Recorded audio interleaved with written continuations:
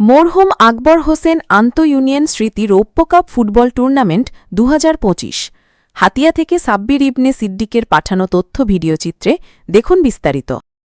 তমরুদ্দি জিয়া স্মৃতি পাঠাগারের আয়োজনে Tamaruddi school and college ভেন্যুতে ব্যাপক উৎসাহ উদ্দীপনা, খেলোয়াড়দের প্রতিদ্বন্দ্বিতা আর দর্শকদের করতালির মধ্যে দিয়ে শেষ হল মরহুম আকবর হোসেন আন্তঃইউনিয়ন স্মৃতি রৌপ্য কাপ ফুটবল টুর্নামেন্ট।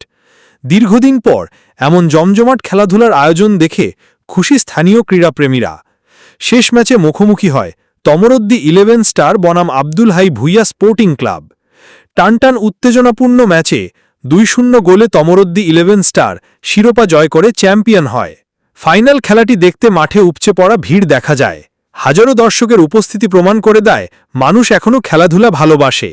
উক্ত খেলায় প্রধান অতিথি হিসেবে উপস্থিত ছিলেন হাতিয়া থানা অফিসার ইনচার্জ AKM আজমল হুদা। বিশেষ অতিথি হিসেবে উপস্থিত ছিলেন হাতিয়া প্রেস ক্লাবের সভাপতি GM ইব্রাহিম, প্রফেসর অলিউল্লাহ, হোসেন মিয়া, সুমন তালুকদার, আইয়ুব চৌধুরী, মির্জা আরিফ, আব্দুল হালিম সহ হাতিয়া প্রিন্ট এবং ইলেকট্রিক মিডিয়ার সাংবাদিকেরা। আয়োজক কমিটির সভাপতি আব্দুল কাদের জিলানি শুভ জানান, ভবিষ্যতেও এমন টুর্নামেন্টের ধারাবাহিকতা বজায় রাখা হবে যাতে তরুণরা খেলাধুলার মাধ্যমে সুস্থ ও সৃজনশীল কর্মকাণ্ডে যুক্ত থাকতে পারে।